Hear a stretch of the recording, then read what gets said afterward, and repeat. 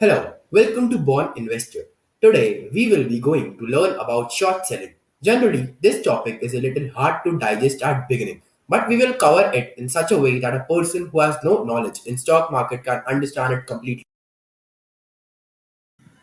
So let us start with the basics. Usually, when we trade in the market, we first buy shares at a lower price and later on sell them at a higher price. And the difference between the two is our profit.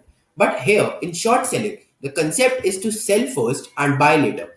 Now you must be wondering that how it is possible to sell something that you don't own. To understand this, let us take an example. Suppose you want to sell a car to someone, but right now you don't have the car available. You tell the person to give you the money required to purchase the car and you assure him that he will get the car by the next day.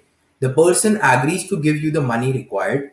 Immediately, you go in search of a person who is ready to sell you the car in a price lower than what you received by the person to whom you are selling. Luckily, you found a seller and delivered the car to the person the next day.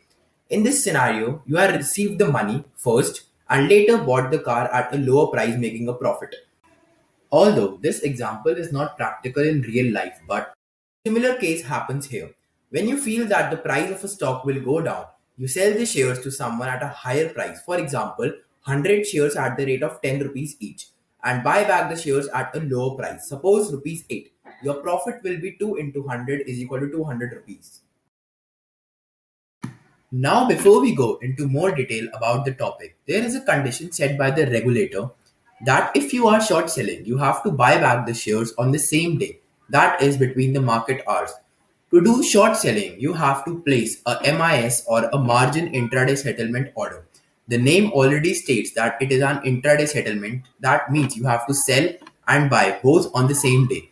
Remember that these MIS orders are auto squared off by various brokers. Generally, most brokers square it off at 310. Now, let us put this into a more realistic manner. Suppose you want to sell 100 shares of a listed company at the rate of 50 rupees each because you think that the share price will fall down.